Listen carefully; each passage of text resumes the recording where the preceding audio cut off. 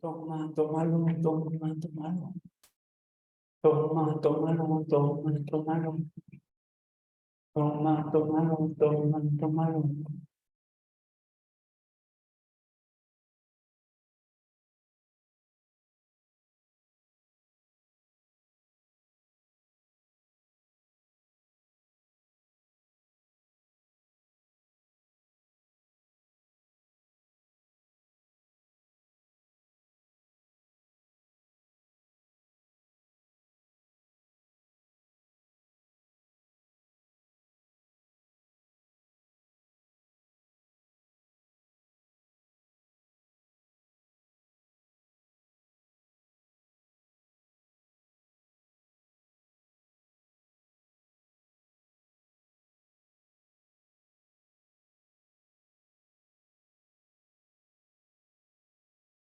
Jamie, María José y Sara.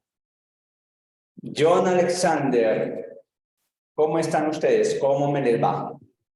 Presente, profe. Eso es. ¿Cómo vamos? ¿Todo bien? ¿Todo bien? Sí, ¿Todo señor. bien? Bueno,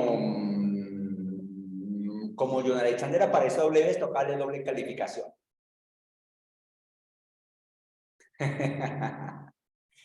Bien, mis hermanitos.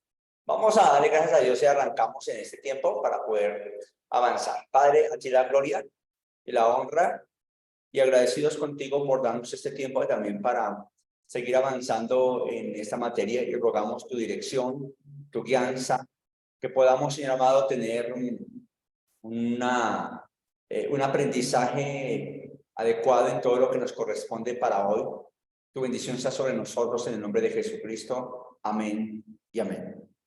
Amén. Bien, mis hermanos. Entonces, estábamos hablando hace unos días atrás de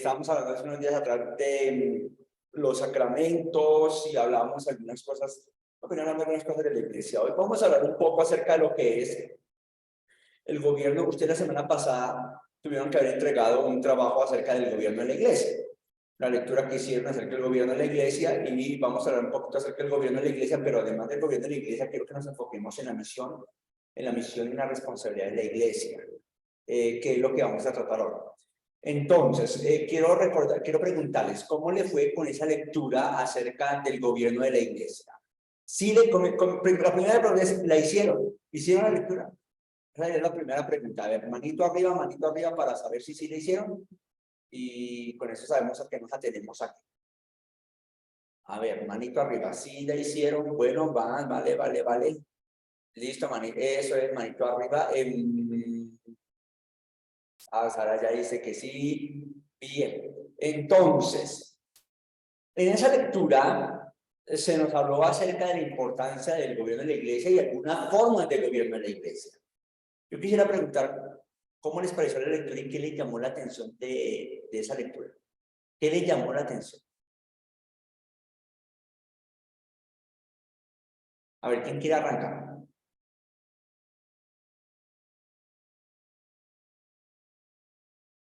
Pero yo, profe. Listo, Daniel, hágale pues. Y hay muchos revueltos.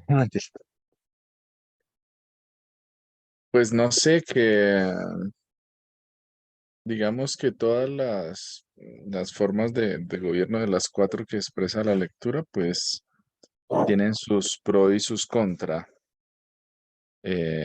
Digamos que cada una, pienso que pues de cada una hay puntos de inflexión, sobre todo una que a mí me preocupa desde hace mucho tiempo en cuanto al gobierno de la iglesia, y es que no hay un relevo y no hay un tiempo específico para ese es el sistema de gobierno en una iglesia, sino muchas veces se vuelve algo que es por los siglos de los siglos hasta que Cristo venga por mí y yo muera, y, y como si fuera como con pintas de monarca, hasta que el rey muera y después del rey que fallezca, entonces se dan otros escenarios.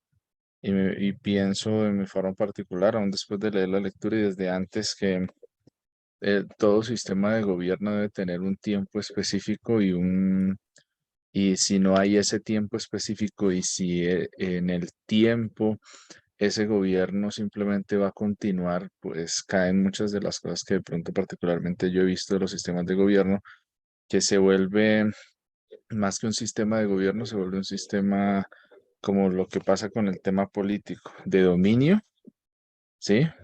Para con todas las personas y para el establecimiento no del reino de los cielos, sino de una visión particular, ¿sí? O una forma particular de ver la vida.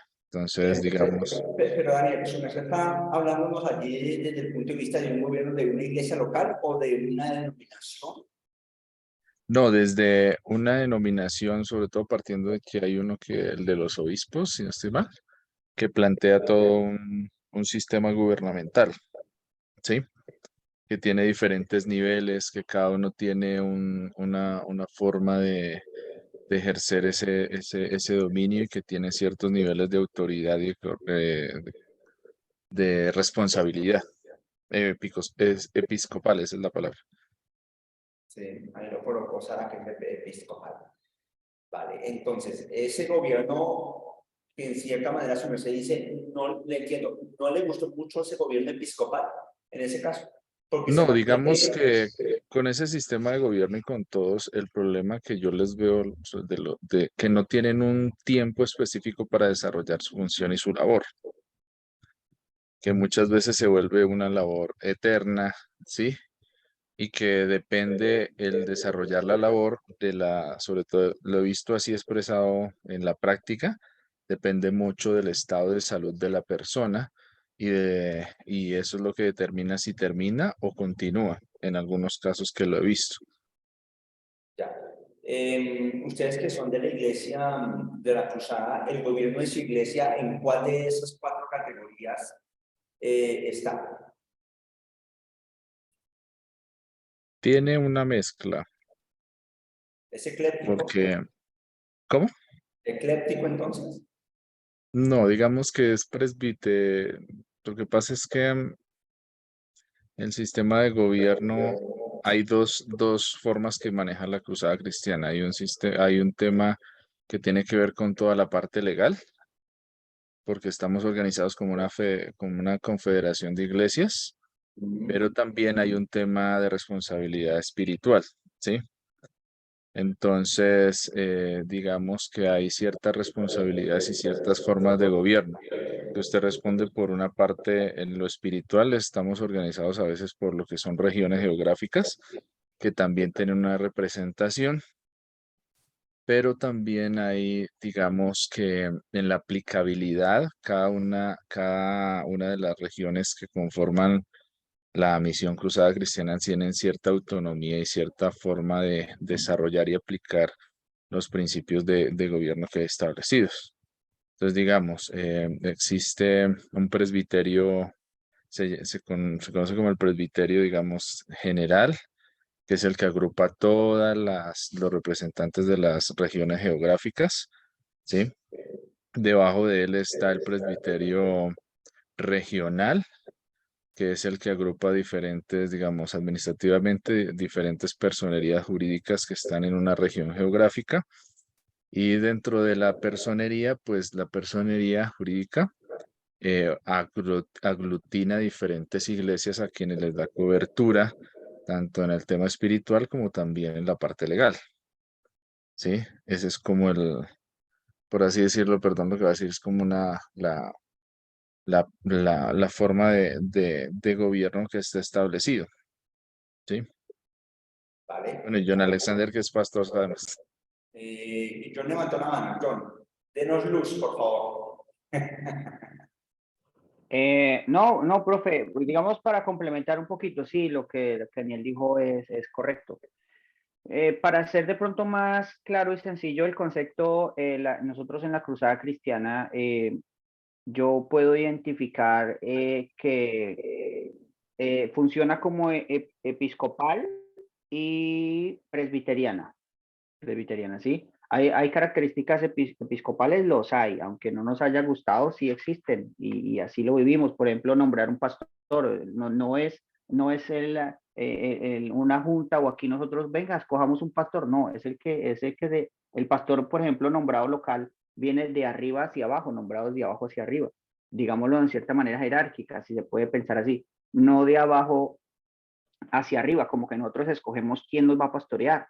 Hagamos una votación, miremos qué opciones tenemos. No, aquí viene un apoyo, viene el representante legal y dice, bueno, aquí les voy a dejar esta familia pastoral. Entonces, digamos que en la práctica es como algunas características de la episcopal. Se reconoce a los apóstoles, por ejemplo, como autoridad sobre una región, sobre un distrito, en fin, como episcopal y presbiteriana. Como ese revuelto, no sé si sería la palabra correcta, revuelto, como algunas características de la una y de la otra. Ecléctico, se llamaría ecléctico. Ok, voy a Pues apuntarlo como por no lo aquí. estudiamos, no sé si se llama así, ecléptico. Sí, ecléctico es cuando se toman digamos, hay 4 formas de gobierno y como que se toman de cada una, de pronto unas partes, unas características, y dicen, vamos a montar una forma de aquí, una forma de acá, entonces se llama eso, ecléctico. Sí, porque inclusive también tiene temas de, también hay en algunos casos que se hace el tema congregacional, ¿sí? Para algunas decisiones. En algunas iglesias también se toman desde esa perspectiva. Entonces, digamos que si se llama ecléptico, sí sería como lo más acertado porque toma, digamos, de los diferentes, tiene ciertas cosas y los inserta en el modelo como tal que tiene de estructura que maneja la misión cruzada cristiana. Sí. Bueno, es que en este punto, gracias Daniel y gracias John por aclararnos un poco el gobierno de la iglesia. Entonces, en este punto, su merced también está mencionando que hay decisiones que se toman en la iglesia, en algunos casos. O sea, todas las iglesias pueden tomar esas mismas decisiones, o sea, ciertas decisiones, Si o hay quieres, iglesias que definitivamente no pueden tomar decisiones, que todo depende de lo que venga de arriba. no, digamos que venga, lo explico de abajo hacia arriba para que sea un poco más entendible. Yo soy una iglesia, ¿sí? El pastor de mi iglesia es nombrado por el presbiterio, digamos, regional, ¿sí? Bajo también la tutela del pastor de la personería jurídica a la cual yo pertenezco, ¿sí? Entonces, yo como iglesia, en mi iglesia debe estar establecido algo que se llama un presbiterio local, que es el equipo de personas que se llaman para poder administrar debidamente y tomar las decisiones dentro de la iglesia. Esas personas que forman el presbiterio local, pues digamos que son personas que son representativas en ministerios de la iglesia. La elección debe hacerse en número impar para que cualquier decisión no quede en empate, sino siempre haya la posibilidad de tomar las decisiones. Ese presbiterio local tiene un presidente, que es el pastor, tiene secretario, tiene tesorero y tiene vocales. Esa es la forma de administración primaria, por así decirlo, en la iglesia local. Hay decisiones que está en potestad de ese presbiterio por estatutos tomar, ¿sí? Que comprenden temas de ministerios, temas, digamos, que competan con administración y eso.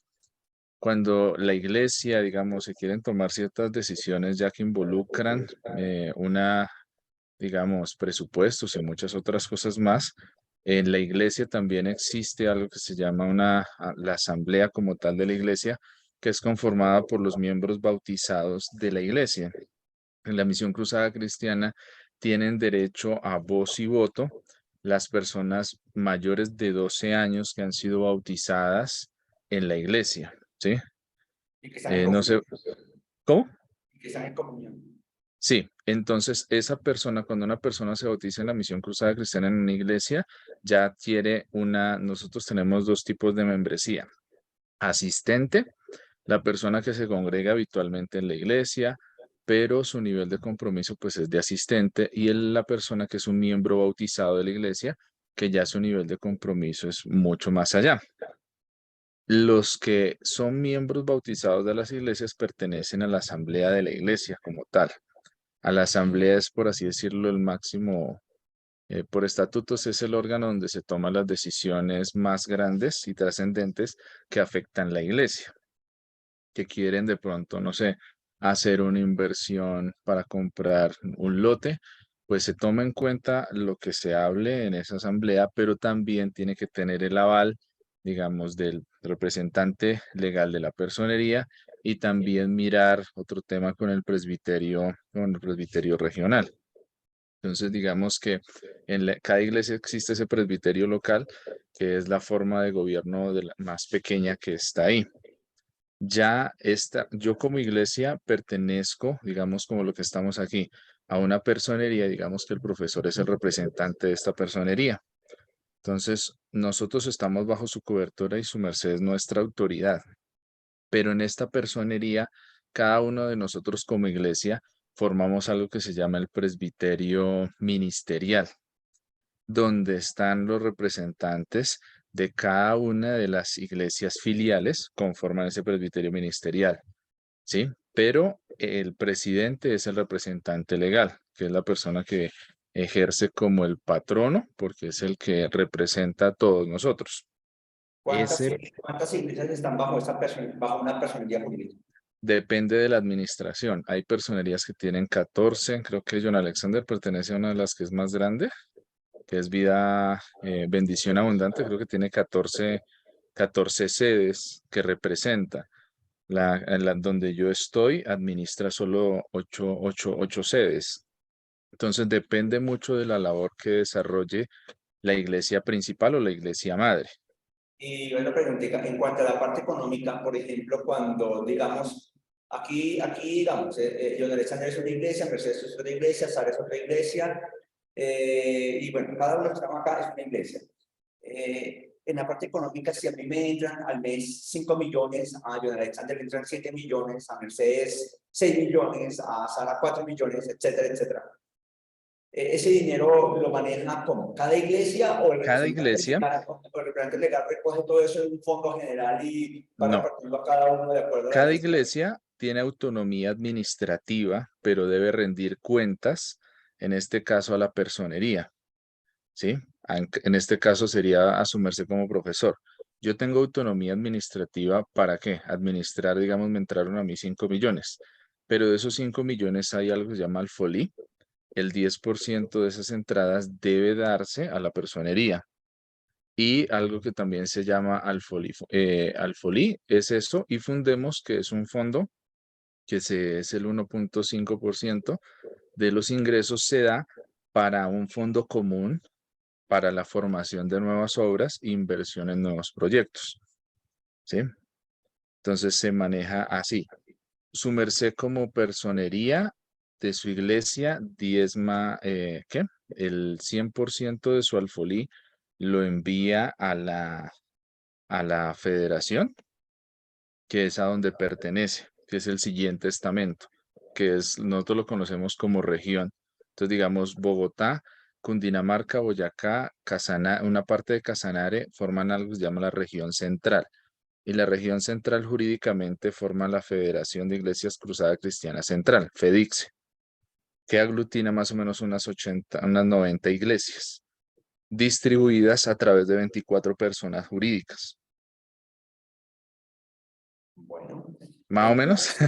entonces, no, es que tú te vas a relacionar porque entonces también tiene un gobierno congregacional. O sea, Sí, también. hay un gobierno congregacional, según lo que entiendo, hay un gobierno episcopal y hay un gobierno presbiterial. O Ujú. sea, yo lo estoy viendo así. Sí, señor, sí, es así. ¿Eh? Porque digamos que la complejidad de cada estamento tiene cierto tipo de decisiones y responsabilidades que puede tomar, ¿sí? Dentro de su fuero. Y dentro de ese fuero se puede hacer lo que dice, digamos, John Alexander. Cuando se toma la decisión del tema de pastor, quién va a pastorear a algún lado, sí se toma, digamos, en cuenta que la iglesia, pero también no es el 100% en esa decisión, porque también tiene que tomarse en cuenta la opinión de quien es la autoridad sobre esa iglesia y también mirar desde la parte de la región cómo se hace el manejo de esa iglesia. Porque digamos que el tema pastoral pasa por diferentes aspectos. Se mira el tema formativo, porque digamos en la misión cruzada cristiana, su merced, digamos, empieza como un miembro y puede llegar a futuro a ser pastor de una iglesia o aún de pronto de la iglesia donde usted se congrega, se hace todo el proceso que se conoce como la ruta de crecimiento integral. Anonadado a la ruta de crecimiento integral, existe el Instituto Bíblico Patricio Simes y ahora la Fundación Universitaria Patricio Simes. Pero digamos, hay diferentes reconocimientos. Para ser pastor, hay que presentar un examen, que eso John Alexander lo sabe un poquito más, hay que presentar un examen, hay que haber mostrado por lo menos, digamos, 5 años de estar trabajando al frente de una congregación, le permite a usted recibir ese reconocimiento. Si usted quiere ya hacer un escalón más, que es ser pastor ordenado, pues requiere 10 años de reconocimiento en la labor pastoral y también haber presentado un examen para eso y también haber presentado otro tipo de cosas, de trabajos que los colocan a hacer bajo la tutoría del presbiterio regional. Y aparte de eso, usted a lo largo del tiempo que permanece en la Misión Cruzada Cristiana puede recibir un reconocimiento para ya que usted sea uno de los 5 ministerios, o apóstol, profeta, evangelista, pastor o maestro, que eso ya no está en potestad como tal tanto de la persona, pero sí está ligado mucho al fruto que muestra, ¿sí? Y enfocado a alguno de esos 5 ministerios para recibir como tal esa honra con las responsabilidades y los desafíos que cada una de esas cosas requiere. Bien. Creo que está muy bien explicado todo lo que nos está mencionando Daniel y por eso están votando por usted. Están diciendo que usted va para presidente, otro para pastor, pero que ahí va para... ¡Vote por mí! Yo sí voto.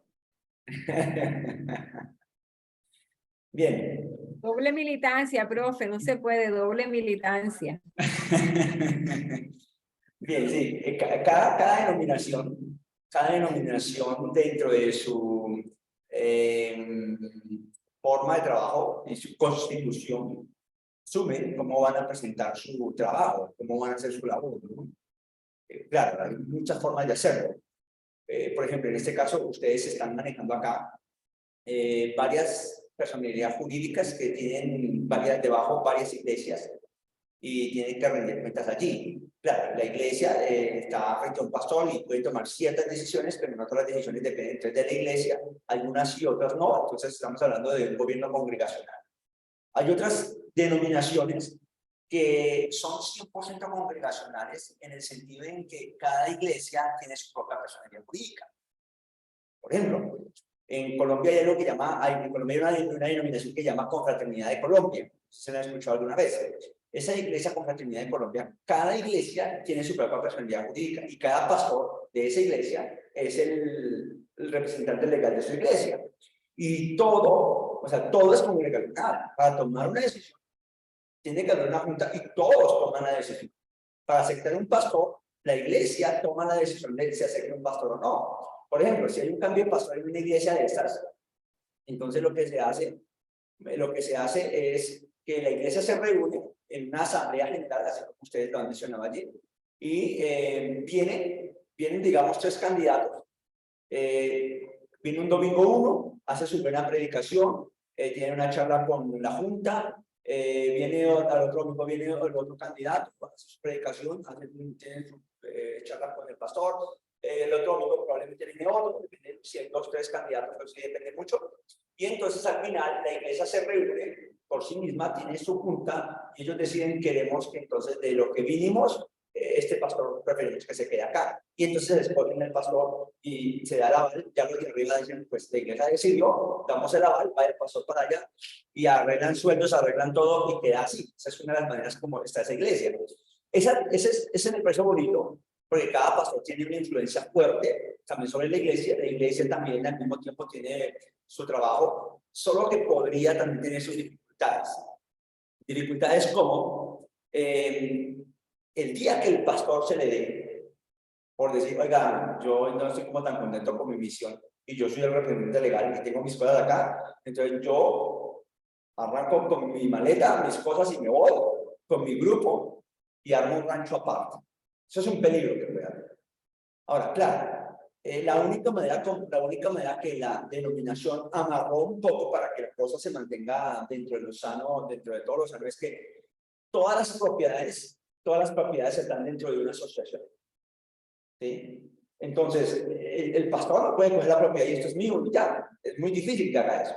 Sin embargo, en una ocasión, es que estuve cercano a la iglesia, a esa iglesia, entonces tengo la idea de cómo es el asunto. En una ocasión, entonces, la iglesia tenía un buen lote, o sea, la denominación tiene un buen lote, es muy amplio el lote, y la iglesia construyó una partecita de la iglesia, digamos que la denominación construyó una parte de la iglesia, y dijo, pastor, háganle, trabaja ahí.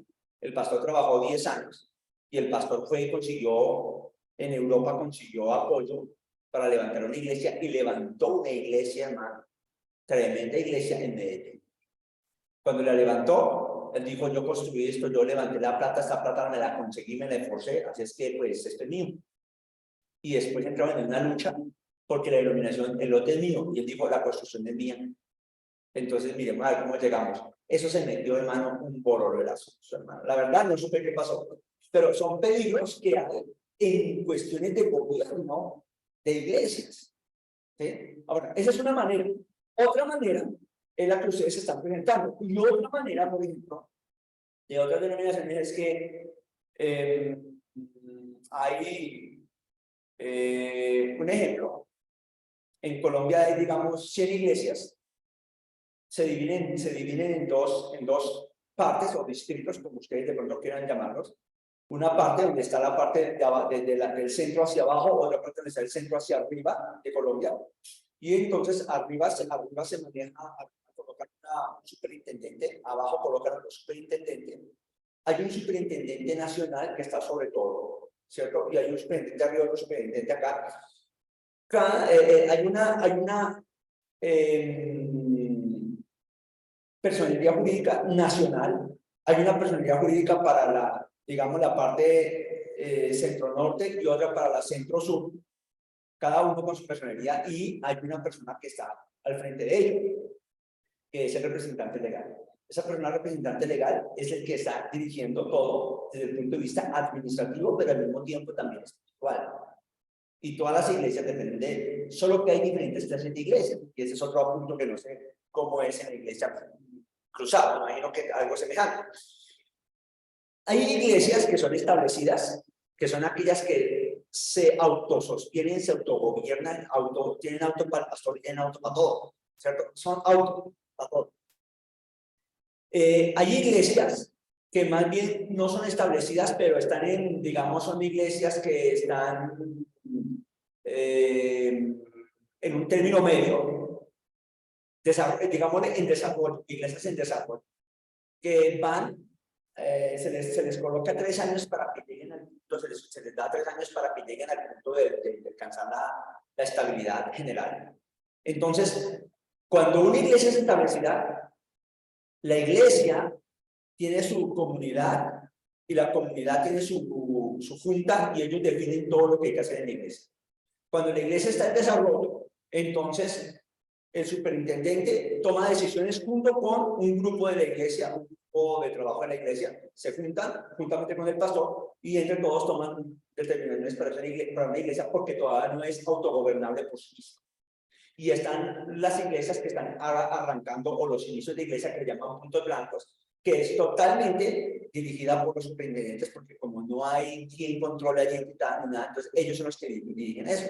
Entonces, dependiendo cada iglesia, asimismo será su responsabilidad y será su determinación de decisión. Eso se llama también iglesias, en algunos momentos, decisiones congregacionales o gobierno congregacional, pero en algún momento termina siendo episcopal, ¿cierto? Pero en algún momento también termina siendo presbiteriano en algún momento.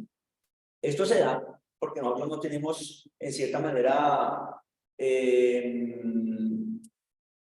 digamos, nuestras denominaciones en Latinoamérica, la mayor parte de ellas, maneja ese sentido ecléctico. No es solamente la iglesia de la cruzada, sino muchas denominaciones manejan algo ecléctico, porque no es fácil gobernar simplemente con episcopal, o no es fácil gobernar solamente dentro de los sínodos, dentro de los presbiterios, ¿cierto? Entonces se hace en algunas áreas para esto, en algunas áreas se usa que es lo que ustedes creo que están haciendo. Y me parece que es hasta sano, de cierta manera, no tener una específica, sino de acuerdo a la necesidad que hay en la iglesia, de esa manera se va a trabajar.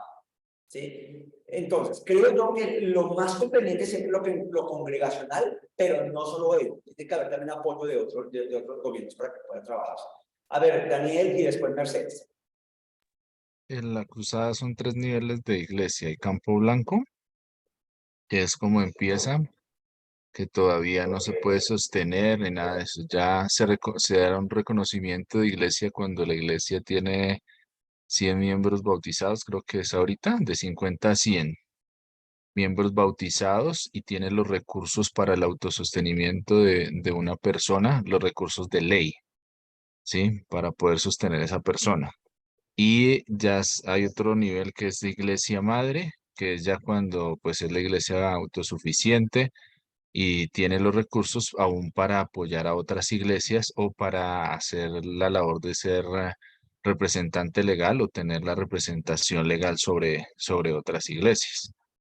Digamos que el tema de la cruzada cristiana ha ido evolucionando porque nosotros empezamos solo con un NIT para más o menos a las 300 iglesias que había antes de hace más o menos ¿Un ocho, solo o una sola persona que jurídica?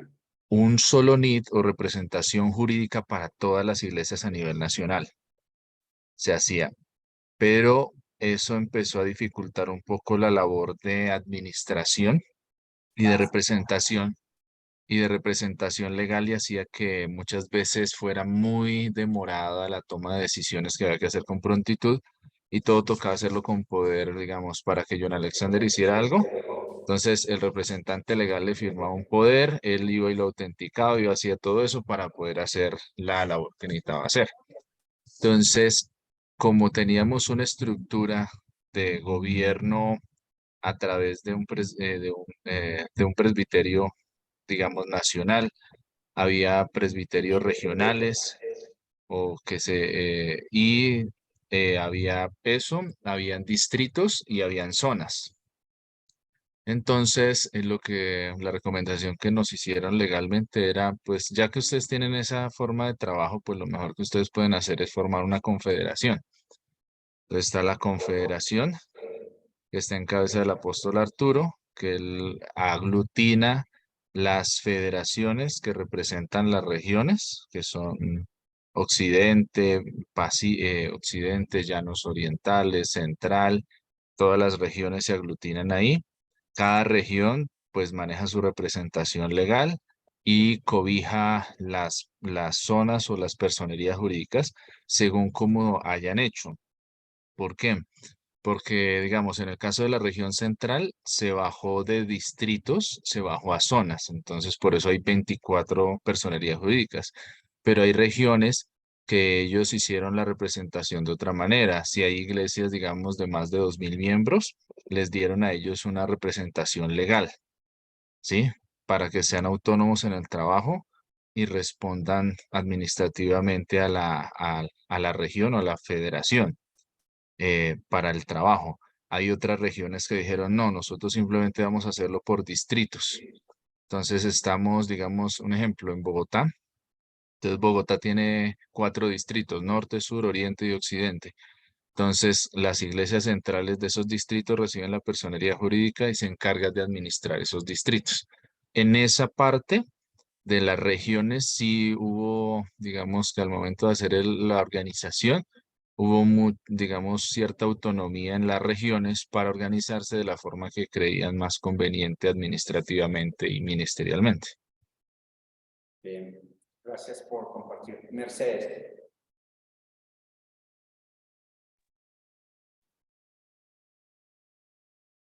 No le estamos escuchando, Mercedes, no le escuchamos.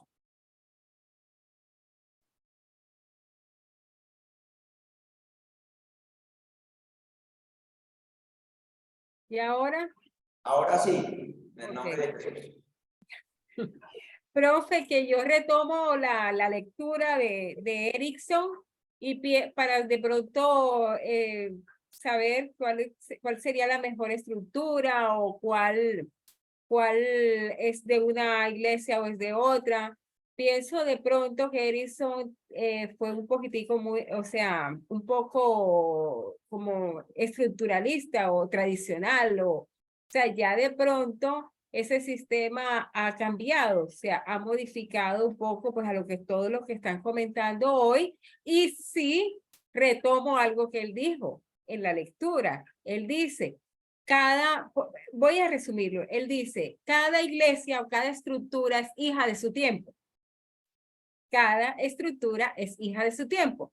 Actualmente o contemporáneamente también hay un tiempo, también hay un tipo de estructura conforme a los tiempos que estamos viviendo. ¿Y cuáles son los tiempos que estamos viviendo? Es el demasiado legalismo y los estatutos. Entonces, la conformación, considero yo que tiene cada iglesia actualmente es estatutaria. ¿Por qué? Porque va a depender de la autonomía de la voluntad de los fundadores o de los socios para poder impregnar esa voluntad en los estatutos. ¿Ya? Y ahí es donde se guía todo. Realmente estamos en un paradigma legal, demasiado legal, en donde lo que dice la ley, a pesar de que son asociaciones, fíjense que ya han cambiado, porque ahora ya no se llaman de pronto iglesias de este tipo, iglesias de este otro tipo, sino asociaciones sin ánimo de lucro. Ha cambiado, ese es un tema actual y es completamente contemporáneo. Entonces, realmente esas asociaciones sin ánimo de lucro, que son la conformación legal de las iglesias para poder detentar personería jurídica, es lo que les está dando hoy vida y sin embargo están también cobijadas por la ley. ¿Qué significa que están cobijadas por la ley? Que no pueden salirse de la ley, del marco legal. En tanto hagan algo que contraríe alguna de las normas que establecen las regulaciones sin ánimo de lucro, pues también las anulan o de pronto pueden hacerle un llamado de atención, lo que sea, en forma legal. Entonces, realmente lo que dicen los estatutos será la estructura de cada iglesia, lo que digan los estatutos. Entonces, no podemos decir, no, que es... usted dijo algo muy sabio, profesor, y es que es o sea, como de tipo congregacional, pero la estructura, algo así le entendí, no es congregacional, sino de algo así le entendí. Entonces es como una mixtura y siempre va a estar aterrizado a lo que digan los estatutos. Gracias, Mercedes, por hacernos caer en cuenta este asunto, porque toda denominación tiene unos estatutos que son inamovibles, a no ser que la misma denominación se reúna para hacer cambios, y eso es muy difícil hacerlo. Cambiar los estatutos es cosa impresionante. Miren, la denominación donde yo estoy es una denominación que llevamos casi 30, 40 años intentando cambiar los estatutos y no se ha podido. No, qué cosa tan brava para que esto pueda suceder. Y sabemos que estamos atorados en ese asunto. Estamos estamos atorados para ciertas decisiones y no se han podido cambiar.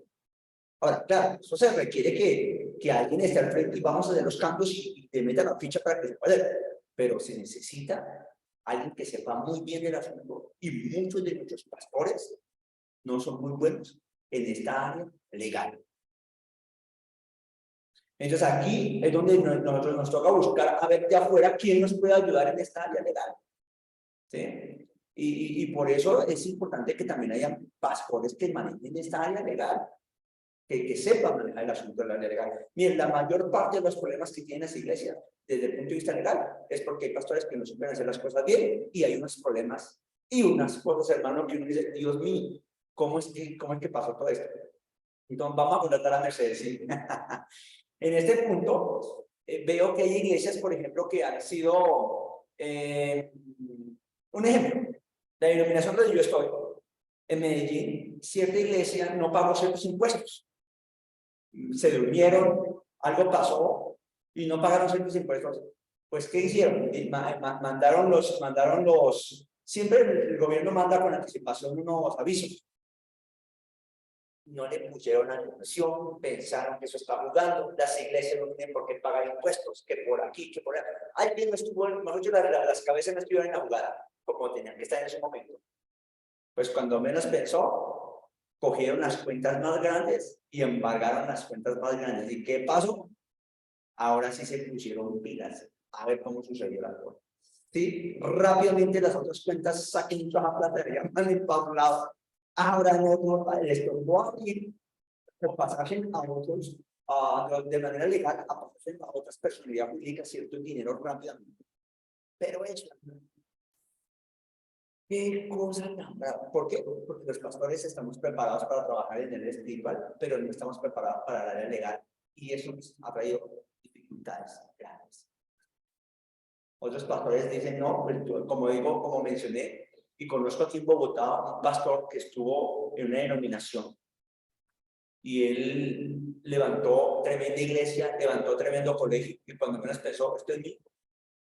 Y como estaba al frente de cierta personalidad jurídica, nadie le pudo decir no, le metieron abogados con todo, y el tiempo ya venían como pensando el asunto. Yo creo que ya venían pensando todos, ya tenían sus abogados listos.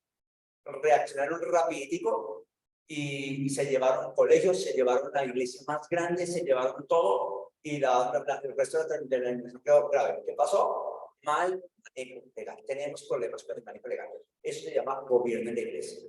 El gobierno de la iglesia no es solamente el gobierno de la iglesia no es solamente venga, hacemos Santa Cena, venga, armamos 3 ministerios o 5 ministerios, venga, hermano, oramos por usted. Eso es una pequeña parte de lo que es el gobierno de la iglesia. El gobierno de la iglesia va mucho más allá de lo que se hace dentro de un salón o dentro de una iglesia local, va hasta la parte legal. Y no somos tan buenos en eso. Por eso nuestras iglesias tienen que tener personas que estén a cargo de esas áreas, porque hemos tenido grandes problemas. Creo que la mayor parte de denominaciones de la iglesia que se colocan tienen dificultades graves en esta área. Gracias, Mercedes, por recordarnos este asunto que ha sido bastante complicado. Vamos a ver la palabra que yo en Alexandro. Bueno, profe, quería decir, quizás complementar un poquito lo que decía la compañera Mercedes.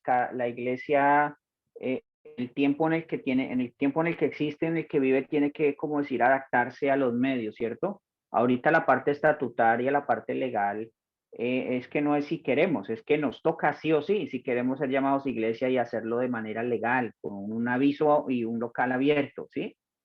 Entonces, la parte legal, cuando yo estuve en la asociación de pastores aquí de Pasyariporo, y se da cuenta uno de realidades de otras iglesias, de otras denominaciones, porque lo que uno vive y como uno vive le parece que eso es lo normal, es que eso es lo correcto, que eso es, pero cuando uno empieza a darse cuenta de otras realidades, de otras situaciones, de otros pastores, que cuando yo fui presidente aquí de la asociación se acercaban a tiempo de pandemia, por ejemplo, y necesitaban, yo estoy gestionando unos mercados para los pastores, algunas cosas, algunas ayudas, y algunos pastores, digamos, desahogaban su corazón y decían, pero es que aquí no hemos recibido nada de nuestra denominación, simplemente desde que estoy aquí hace 2, 3 o 4 o 5 años, algunos más, me dejaron aquí y me abandonaron. Lo único que quieren es que, digamos, que yo les consigne tal porcentaje de dinero y ni me visitan, ni me ayudan, y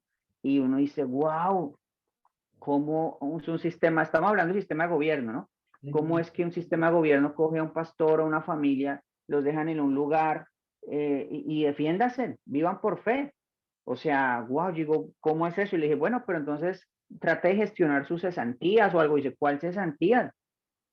Y pues Sí, claro, como nosotros en la comunidad cristiana, pues tenemos servicio de salud, EPS, tenemos afiliación a Caja de Compensación Familiar, pensión, aporta pensión, aporta cesantías, primas de mitad de año, prima de fin de año y bonos extralegales, algunos por quinquenio, por otros motivos de vacaciones, en fin. O sea, digamos que no sé si puedo decir privilegios o algunos, no sé qué palabra usar, quizás Mercedes nos pueda ayudar más con esa palabra, como unas garantías, digámoslo así, para ejercer la labor Si alguien me decía a mí, uno de los pastores, si cuando entra harto dinero, pues él puede tener buen salario. Cuando entra poquito dinero, pues él tiene un salario menor. Yo digo, no, yo soy de la Cruzada Cristiana y yo tengo mi salario estándar. O sea, entre harto, entre poquito, yo tengo mi salario estándar y entonces tengo unas garantías que otros pastores de otras denominaciones no tienen. Y yo pensaba que de cierta manera, pues que los demás también tenían eso y no, muchos los dejan ahí en una población. La Biblia dice que Pablo iba de ciudad en ciudad y que Dios le proveía, mira a ver cómo se defiende, mira a ver cómo paga el arriendo, mira a ver qué hace, y no, y yo digo, pues una de las bendiciones que tenemos en nuestra congregación es esas garantías que podemos tener. Sin embargo, pues puede llegar el otro modo de que muchos quieran esas garantías y sin el llamado vincularse al ministerio, pero eso ya es otro cuento, eso ya es otra cosa. Hablando de la parte de gobierno de la iglesia, creo que salvo algunas excepciones, todos los pastores, o por lo menos es la idea con la cruzada, que todos tengamos seguro, todo lo de ley, porque aparte ante la ley aparecemos también como empresa, nosotros tenemos que enviar reportes, contabilidad, todo eso de empresa, entonces debemos estar como empleados prácticamente con todas las garantías que eso requiere. Pues es una bendición grandísima que la denominación tenga sus pastores así. Pero como usted mencionó, hay denominaciones que no hacen esto con sus pastores. Y los pastores, algunos, si su iglesia no está bien económicamente, ellos tampoco van a estar bien económicamente. Y si su iglesia está bien, pues ellos los pastores van a estar súper bendecidos, no sé por qué, depende mucho. Entonces muchos dicen, bueno, aquí el punto es que si usted trabaja y gana armas, usted va a estar bien. Así es que trabaja y gana armas y la verdad que esto va bien. ¿Cierto? Vaya y trabaja y haga. Y algunos se van así, pensando en ese asunto. El problema es que, hermano, frente al Estado, desde el punto de vista legal, esto tiene sus complicaciones si no se maneja bien. Y creo que eso ha pasado ya en varias ocasiones, porque por eso han habido demandas de pastores también. Muchos pastores han demandado. Eso no es algo que no se hace, es casi normal que suceda. Hermanita Mercedes. Sí, profesor, que estaba diciendo usted, y es que así como se reciben obviamente los beneficios, no se oye. Sí, bien, estamos escuchando bien. Bueno, así como Daniel, así como se reciben los beneficios, ¿cierto? También el estar sometido al imperio de la ley quiere decir que las iglesias tienen que correr y asumir los riesgos de algunas malas actitudes de la gerencia, por decirlo de alguna forma, o del pastor, administrador, como se llame. Y ahora, recordando lo que estaba diciendo Daniel con el doble NIT, y bueno, y con algo que estaba comentando también John Alexander, hay una teoría, esa es teoría, no, es una institución jurídica europea, pero ya ha entrado acá a Colombia, que se llama el velo corporativo. Y aquí ese velo corporativo no es otra cosa que defraudación. Entonces, ¿qué significa? ¿Es otra cosa que? Defraudación. ¿Qué es defraudación? ¿Qué significa ello? Que cuando los jueces o la superintendencia vislumbra o sospechan algo, que ha habido maniobras para defraudar a los deudores, colocando de pronto un doble NIT, sea iglesia, sea una empresa, sea ánimo de lucro, sin ánimo de lucro, como sea, puede entonces eso llegar a ser constitutivo de una falta punible. Y que en la Superintendencia de Industria y Comercio o en las superintendencias en general se puede llamar defraudación o velo corporativo. Y en lo penal se llama delito, a donde van los administradores, directores, pastores o directores. Entonces realmente estas son cosas muy delicadas que así como se reciben los beneficios al estar bajo el imperio de la ley por ser una asociación inscrita en Colombia, conlleva a todas las consecuencias de tipo legal. Lo que llamamos la responsabilidad, gracias Mercedes, son las responsabilidades que asumimos como iglesia también. Sí, hay beneficios, pero hay responsabilidades. Y son responsabilidades que a veces pensamos que nomás es con los 50 o 200 miembros que tenemos en la iglesia, Entonces, que no, son responsabilidades que tenemos como iglesia frente al Estado, y es algo que vamos a ver ahorita, las responsabilidades que tenemos como Estado. ¿Cuál es la misión? ¿Cuáles son los propósitos de la iglesia? ¿Y cuáles son las responsabilidades de la iglesia? Y antes de hablar de eso, vamos a que Daniel, presidente, nos cuente aquí en relación a ver. Ya tenemos al ministro de Trabajo, don Alexander, ya tenemos a Daniel, presidente, pastor, y tenemos contratada a Mercedes para los servicios legales de la iglesia. Ya Nos podemos hace hablar de nominación. No, que de pronto un tema con lo que Mercedes dice del doble NID, no es que nosotros tengamos doble NID. Lo que pasa es que, ¿qué fue lo que lo que la misión hizo? Inicialmente estaba sobre una sola representación y empezó a tener unas dificultades porque cuando, por decir algo, John Alexander de Paz de Ariporo se le dio por no pagar a tiempo hacer el pago de algo. Y no reportó y no dijo nada, sino él no hizo el pago y se quedó callado. Ese pago nosotros frente al Estado cuando nos vigilan como una empresa digamos, una empresa nacional, como si fuéramos, porque pues imagínense, son 300, más de 380 empleados en aquel entonces. Entonces, 380 empleados, ellos no nos ven, es que este es de aquí, no, ellos ven 380 empleados, eso es una empresa grandísima, tiene sedes en todo el país, eso es una vaina monstruosa.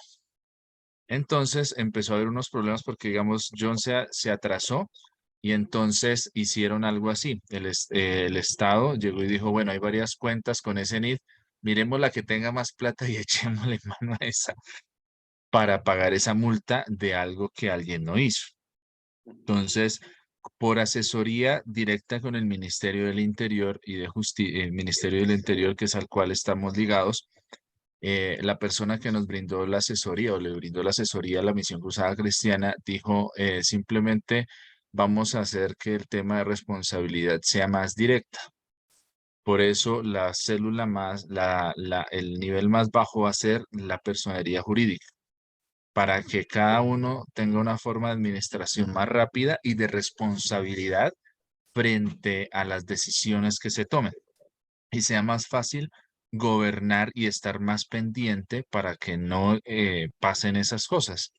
Porque dio la casualidad que cuando pasó eso lo hizo una iglesia de la costa atlántica, si no estoy mal, que no cumplió con los pagos que tenía que hacer y embargaron unas cuentas de la región central y de la región de Occidente, que son las regiones más grandes.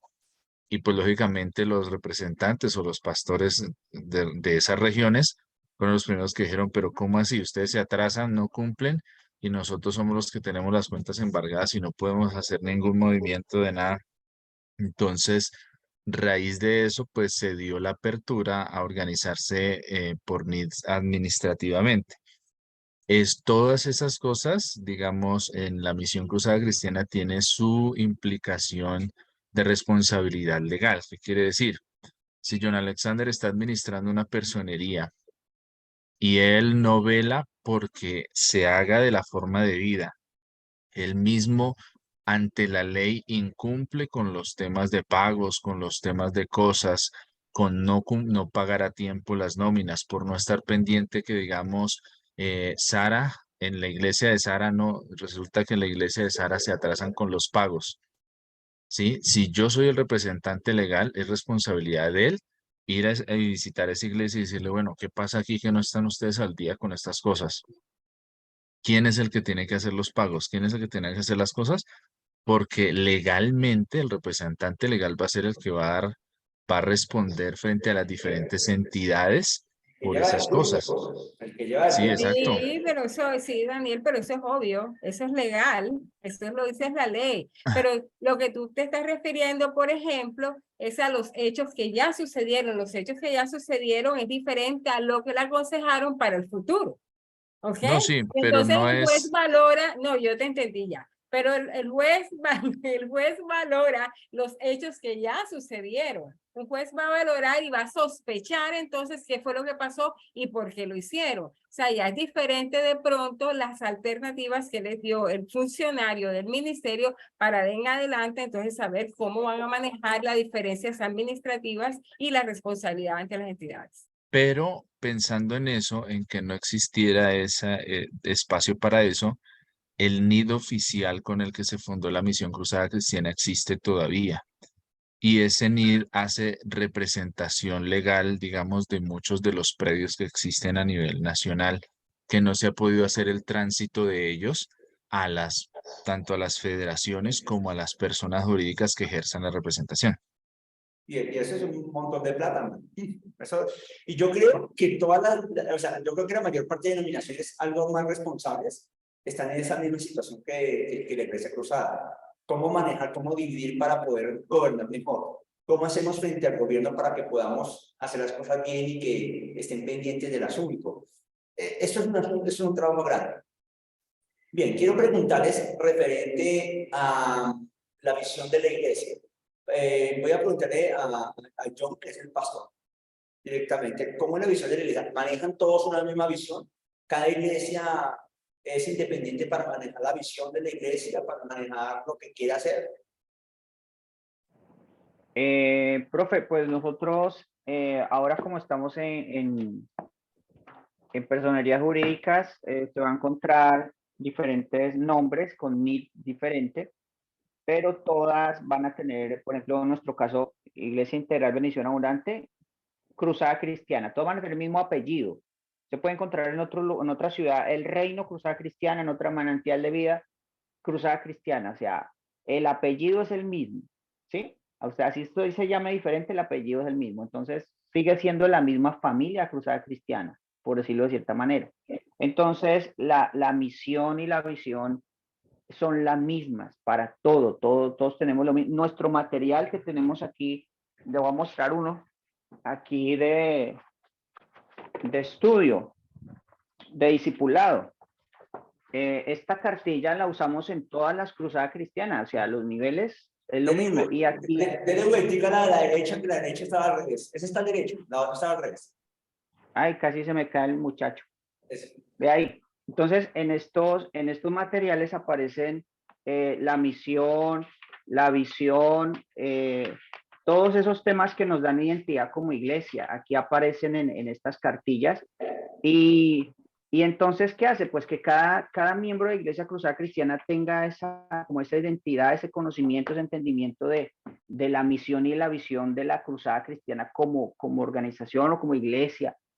Lo que pasa es que, digamos que ya esa misión ya luego se baja a cada distrito, a cada ciudad, o sea, esa visión y esa misión, yo me acojo a ella, pero entonces conforme a mi región o a mi ciudad, yo empiezo a trabajar con diferentes estrategias, si se quiere, de diferentes maneras, si se quiere, pero las cosas como el discipulado, como el crecimiento, como la idea general, es la misma para toda la Iglesia Cruzada Cristiana, solamente que cada uno pues se va adaptando a sus necesidades y a las necesidades de la región donde está trabajando. Por ejemplo, en temas de estrategias, no hay una sola estrategia para toda la Iglesia Cruzada Cristiana. Unos trabajan células, otros, por ejemplo, acá tenemos casas de oración, otros trabajan células, grupos de conexión, otros trabajan el 1 a 1, algunos trabajaron el 12, otros trabajan diferentes estrategias. Pero la idea es cumplir la misma misión de la Gran Comisión. Bien. ¿Cuál es la visión de la iglesia? Según los textos, ¿cuál es la visión que maneja la iglesia? ¿La misión de la iglesia? Sí, la visión y la misión. Ah, bueno, pues es que yo siempre confundo como que la misión con la visión. Espera, miro aquí en la cartilla, profe. Ah. Sí. Uy, no, que no lo digan porque no lo ¿Sabe por qué? nombran pastor. Producir un avivamiento permanente en cada cristiano. No, desarrollar un avivamiento espiritual permanente. Eso. Es que eso era lo que iba a salir en el examen para pastores, pero yo como no fui, entonces pues por eso no me lo aprendí. Pero, o sea, la visión. Arranquemos con la visión, con la V, visión. ¿Cuál sería? A ver, Daniel, usted que la tiene clara. La misión, yo confundo siempre la misión con la No, la visión, profe. visión es desarrollar un avivamiento espiritual permanente que genere crecimiento integral en las personas para la gloria de Dios. Ay, mejor Si no, dicho. Daniel va para pastor. No, ese va para pastor. Jenny, usted se debe saber la misión. Uy, profe, estoy igual que el compañero John Alexander. ¿Se la sabe? ¿Se la sabe o no? La misión. Con M, misión. No, profe, no la tengo No se ahorita. preocupe. Sara, ¿se sabe la misión? Henry, ¿se sabe la misión?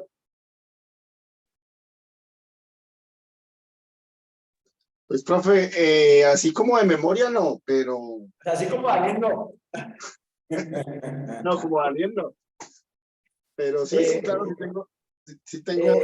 Perdón, María José, ¿se sabe la misión con M? No, señor, profe.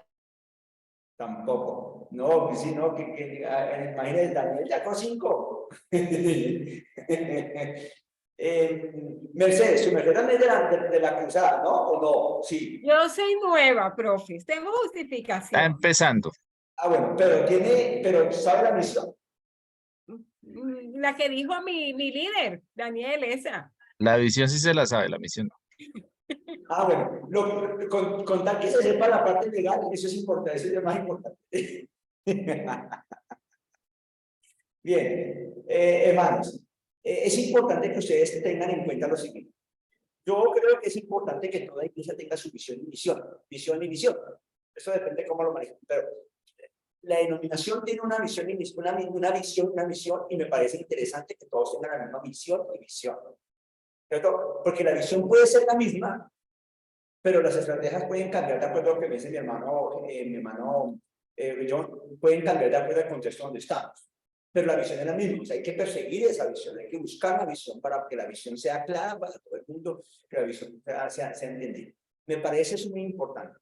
Y como miembro de una denominación, como miembro de una iglesia, es obligatorio, escuchen lo que digo, es obligatorio que todos sepamos perfectamente la visión, porque la visión nos dice para dónde es que vamos. Sí, la visión nos dice para dónde vamos. Y es importante y necesario que todos aprendamos la misión con M, porque nos dicen cómo es que vamos a llegar allá. La misión nos dice cómo llegamos, la visión nos dice para dónde vamos. ¿Sí? Por eso es importante tener esos dos asuntos muy claros nosotros como iglesia. Y todos los hermanos de la iglesia y los líderes de la iglesia y todos deben trabajar en eso. Porque cuando la iglesia sabe para dónde va, entonces se va trabajando. Todos vamos hacia el mismo punto. Por eso ustedes no tienen que trabajar en la visión porque ustedes ya tienen la visión. Hay iglesias donde cada pastor coloca su visión. Si no, vamos a trabajar aquí esta visión, punto. Hay iglesias donde hay distritos donde dicen, no, por ejemplo, donde yo estoy, el distrito, no, nuestro distrito es una visión, el otro distrito es otra visión, ¿cierto? Tienen su misión allá, aquí tienen su misión, cada uno lo puede manejar diferente en ese sentido, pero hay una visión que todos tenemos que meternos aquí en la cabeza, porque es que eso es lo que debe retumbar en nosotros, porque nos está diciendo cuál es el camino y para dónde estamos apuntando. Por eso es importante una visión y misión. En el tiempo de hoy, digo Mercedes, y creo que también lo menciona Erickson, el punto es que como somos hijos de nuestra época, ¿sí? Al ser hijos de nuestra época, en nuestra época postmoderna, cada empresa maneja visión y misión, hablando de empresas seculares, ¿sí? Usted llega ahora a cualquier hospital, ahí está la visión y la misión. Usted llega a un colegio, ahí está la misión y la visión y el PEI. Usted llega a cualquier lugar donde vaya y ahí hay misión y visión. Normalmente las empresas bien constituidas y que saben por dónde van tienen misión y visión. La iglesia, como es hija del tiempo en que vivimos, no podemos quedarnos sin una misión y una visión. Antiguamente no teníamos una visión y una misión, eso no se va, digamos, para los años 80 y 90, el Señor nos mandó a predicar, camino y predicamos. Y todo el mundo tenía en la casa camino y predicamos. Eso es lo que el Señor nos llamó a hacer y punto. No fuimos, lo hicimos. Pero no teníamos una visión. Y la visión nos está mostrando Digamos, o sea, nos está direccionando. Es importante que nosotros tengamos en cuenta eso, para dónde vamos. Y el cómo es la misión. Y eso es muy importante. ¿Sí? Entonces, nosotros, por ejemplo, en nuestra denominación, cada denominación es distinta, eso sí, y ustedes lo están manifestando acá. En nuestra denominación, nosotros, por ejemplo, trabajamos de la siguiente manera. Tenemos una visión. La visión, tratamos de hacer lo más corto posible, que sea una frase que sea fácil de conseguirla, que todos los hermanos la puedan tener en turno, la puedan tener en memoria. Nuestra visión es de todo lugar a todo lugar. La gente ya sabe que si decimos de todo lugar a todo lugar, nosotros estamos de aquí para todo el mundo y todo el mundo puede venir acá y vamos a arrancar y nuestro trabajo es ganar algo. Ese es nuestro trabajo, ganar algo. Todo el tiempo está nuestra misión acá, ¿cierto? Y nuestra misión, nosotros tenemos una misión muy clara. Nuestra misión es, somos discípulos que hacen discípulos. Eso es lo que y usted va a preguntar en la iglesia y nuestra iglesia sale, ¿sí? Discípulos que hacen discípulos. Una visión de todo lugar a todo lugar. ¿Cuál es nuestro propósito? Amar a Dios y amar a las personas. Ya. Eso es lo que llamamos, eso es lo que se denomina hoy en día el distintivo denominacional o algunos llaman políticas institucionales, que es necesario que todos tengan políticas institucionales. ¿Sí? Es importante que todos tengan políticas institucionales. Nosotros pertenecemos a una región que se llama Iberoamérica. Y en Iberoamérica hay su visión y hay su misión para toda Iberoamérica, ¿cierto? Ya después entonces por cada país tenemos la visión y todo lo demás. Y así, creo que es importante que todos nosotros podamos tener eso claro. Toda iglesia, si queremos gobernar bien, que el gobierno también incluye esto, toda iglesia que quiera gobernar bien, debe tener claro para dónde va y cómo lo va a hacer. Eso debe ser claro para toda iglesia. Por eso, hermano, no echen en saco roto lo que está escrito en los libros y los manuales que ustedes ya tienen ahí, en sus iglesias, en sus misiones. No lo echen en saco roto. Hagan el asunto. Alguien de nuestra iglesia, uno de los duros de nuestra iglesia, dijo, si ustedes no se embarazan de esa visión, hermano, estamos perdidos. Cada uno hace lo que les parezca. Tienen que embarazarse de esa misión, para que usted funcione. Y hermano, eso todos los días que vamos a una reunión, ¿cierto? ¿Qué está haciendo usted para su misión? ¿Qué está haciendo? Y eso, hermano, uno ya va con miedo a esos lugares. Entonces, para ir sin miedo, tocó trabajar, tocó aprender y trabajar. Y ya uno va con gozo y con alegría a saber qué es lo que estamos haciendo. Esto es parte del asunto, hermano. Pero, como tenemos ya una visión y una misión, ¿cierto? Como tenemos una visión y una misión, y usted ya la tiene. Yo tenía planteado, pero no sabía cómo lo estarían ustedes, pero tenía planteado en que vamos a formar nuestra visión y misión, pero usted ya la tiene, usted lo que tiene es que cogerla ahora y bajarla y hacerla suya y ponerla a funcionar. ¿Cómo hacen para que esa visión, esa misión trabaje y se gane a la salud? ¿Cierto? Entonces, por ejemplo, Daniel, ¿me repite la visión con V? Por favor. Desarrollar un avivamiento espiritual permanente que genere crecimiento integral en las personas para la gloria de Dios. Bien, desarrollar un avivamiento espiritual permanente. La pregunta es, ¿cómo usted desarrolla un avivamiento espiritual permanente? ¿Cómo lo hacemos? ¿Cuál es la misión? Ahora sí con N. Daniel, le toca a usted porque mis hermanos dicen que usted es el que se la sabe. Ahí está en el chat, profe. Yo me reivindiqué poniéndolo en el chat. Bueno.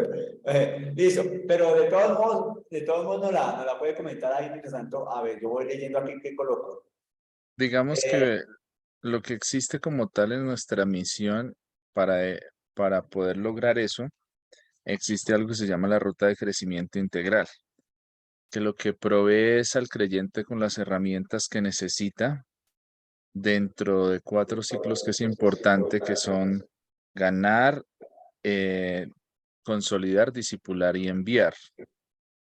¿Sí? Que son los 4 grandes ciclos que maneja la Cruzada Cristiana en el marco de lo que se llama la ruta de crecimiento. Entonces, si queremos nosotros lograr que una persona viva, experimente un avivamiento espiritual permanente, que llegue a lo siguiente, que es genere crecimiento integral en esa persona, no pensado solo en lo espiritual, sino también en las demás áreas, y que eso redunde en que llegue, que esa persona dé fruto en cuanto al hacer discípulos y en cuanto a eso, entonces tenemos que brindarle las herramientas que necesite esa persona. Entonces, en el marco de eso se desarrolla la ruta de crecimiento integral, que es un desarrollo de más o menos unos 2 o 3 años si la persona lo hace juicioso. Hay personas que lo empiezan y no lo continúan haciendo. Entonces, ¿cómo empieza eso? Empieza desde la conversión, a que hacer a las personas conscientes de su conversión. Después de hacer a las personas conscientes de su conversión, la conversión se logra a través de 2 ciclos. Uno que es el ciclo de evangelismo, que son 6 semanas, 7 u 8 semanas, dependiendo de lo que quieran aplicar en una iglesia, y eso los lleva a una celebración inicial, que es el Día del Amigo. Durante los días previos se trabajan diferentes estrategias para poder llevar a los amigos. Después empiezan el ciclo de consolidación, que son 6 a 8 semanas, donde se comparte lo que se llama las semillas, donde se hace un folleto que se llama Hay fiesta en los cielos y donde se inicia la preparación para el encuentro con Dios. El encuentro con Dios es un tiempo concentrado de 3 días donde va la persona y es ministrada en 3 áreas: sanidad interior, en liberación y en llenura del Espíritu Santo. Son 3 procesos que se surten a través de diferentes conferencias, diferentes momentos de ministración que trabajan desde lo que es la persona en su interior, ¿sí? Se trabajan esos procesos y un encuentro condensa lo que una persona puede recibir a lo largo de 6 meses, asistiendo más o menos en promedio 1 hora y media, 2 horas cada domingo. Más o menos el encuentro condensa lo que esa persona recibiría en ese tiempo concentrado. Después de eso viene algo que se llama posencuentro, que lo que busca es reafirmar eso que la persona ha recibido para que no se vuelva simplemente un evento más, sino que realmente los cambios que la persona y las decisiones que ha determinado en su vida sean constantes. Entonces se hace a través del posencuentro. Después del posencuentro, la persona entra a lo que se conoce como el Centro de Formación Integral, que son las cartillas que estaba mostrando John Alexander. Las cartillas son 4 niveles de crecimiento espiritual que trabajan diferentes temas. La primera, mi nueva vida, explica a la persona desde la salvación, porque muestra los principios para una vida victoriosa, que son la oración, el evangelismo, el congregarse, el compartir. Muestra todo eso. Son 2 selecciones por cada uno de los libros. Cada uno de los libros debe llevar una complejidad y desarrollo hasta la última, que es un líder de excelencia. Entonces, la exigencia debe llevar a que la persona se forme teológicamente para que tenga las bases, por supuesto, de su fe cristiana, pero también que ese proceso que ha desarrollado a la par de que se está formando, también lo pueda imprimir en otras personas, o no imprimir, sino contagiar a otras personas, y esa persona se desarrolle como una persona que también de eso que ha recibido, de eso que ha hecho con otros, que ha sido discipulado y formado, también haga ese mismo ejercicio con otras personas ya en el proceso de ganar que se desarrolla en cada una de las iglesias y bajo la forma en que se aplique ahí. Gracias, Daniel, por la presentación de la visión, de la misión y la misión. Hermanos, si se tiene claro cuál es la visión y la misión, entonces mis estrategias tienen que estar enfocadas en esa labor. En cuál es mi visión y cuál es mi misión, y ahí me enfoco. Es decir, la visión, si la visión es mantener un avivamiento espiritual permanente, ¿cierto? Mi misión tiene que ir la misión tiene que ir enfocada a cómo es que voy a lograr ese avivamiento permanente. Tengo que enfocarme ahí. Entonces, las estrategias me van a ayudar para que yo cumpla esa misión. Y por eso es importante que nosotros tengamos todo esto bien trabajado para poder así hacer la labor y apoyar la iglesia, apoyar a los ministros, apoyar todo lo que tenemos que hacer. Entonces acá, por ejemplo, ya Daniel nos está enfocando un poco cómo es que se hace el trabajo. La cuestión entonces es cómo gano almas, porque están hablando de 4 aspectos importantes. ¿Cómo gano almas? O sea, la estrategia es, ¿qué hago yo para ganar almas? ¿Y qué va a hacer la iglesia para ganar almas? Debo tener unas estrategias claras, 1 o 2 máximo, para poder ganar las almas. ¿Cómo lo voy a hacer? ¿Cómo? ¿Quiénes lo van a hacer? ¿Qué voy a usar para ganar almas? O sea, ¿qué voy a usar para ganar almas? Me refiero a, hay un libro que me enseña a mí a cómo ganar almas, hay un libro que me enseña a mí cómo sentarme y ganarme a un no cristiano. Todas esas cositas que son importantes para tenerlas en cuenta, ¿cierto? Ahora, después, si es consolidar, ¿cómo hago para consolidar? ¿Cierto? En ese caso, se supone que el hermano ya conoció a Cristo y entonces llegó a la iglesia.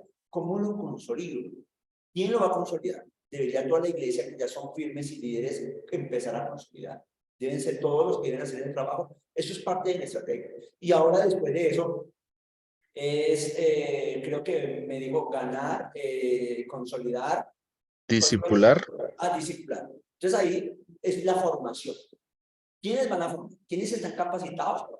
Esas personas que están capacitadas para formar, realmente están capacitados para formar. Están haciendo su trabajo bien, les estamos dando lo necesario, los materiales y el tiempo necesario para que puedan hacer esa capacitación adecuadamente. Y los que vamos a enviar están listos para ser enviados. ¿A cuánta gente hemos enviado? ¿A cuánto vamos a enviar? ¿Cuánto puede enviar por año? Eso implica ya empezar a tener metas. Y creo que eso es el gobierno de la iglesia. Un gobierno tiene que venir con todo ese asunto, todo ese paquete que se llama políticas institucionales. ¿Sí? Y creo que nosotros no somos la excepción, tenemos que ser parte de eso. Ustedes dijeron, somos una empresa del gobierno. Como empresa, nosotros debemos también manejarnos como tal, ¿cierto? Sabiendo que somos un organismo vivo delante de Dios, claro, somos la iglesia y el organismo vivo, pero también somos una empresa del gobierno, por tal motivo debemos cumplir nuestras responsabilidades. ¿Qué responsabilidades tenemos nosotros? La responsabilidad delante de Dios primero que todo, pero tenemos una responsabilidad como delante de la denominación, hablando de la iglesia local. Como delante de la denominación tengo mi responsabilidad de que yo voy a llevar a cabo la visión y la misión que hay, y voy a buscar las estrategias para que esto se dé, para que todos estos 4 aspectos que se mencionan acá se puedan llevar a cabo. ¿Cómo los estoy llevando a cabo? ¿Cómo estoy haciendo esa labor? ¿Cómo estoy haciendo el trabajo? Eso involucra mucho. Y las responsabilidades que tengo como pastor o como iglesia que tenemos, ¿cuáles son esas responsabilidades?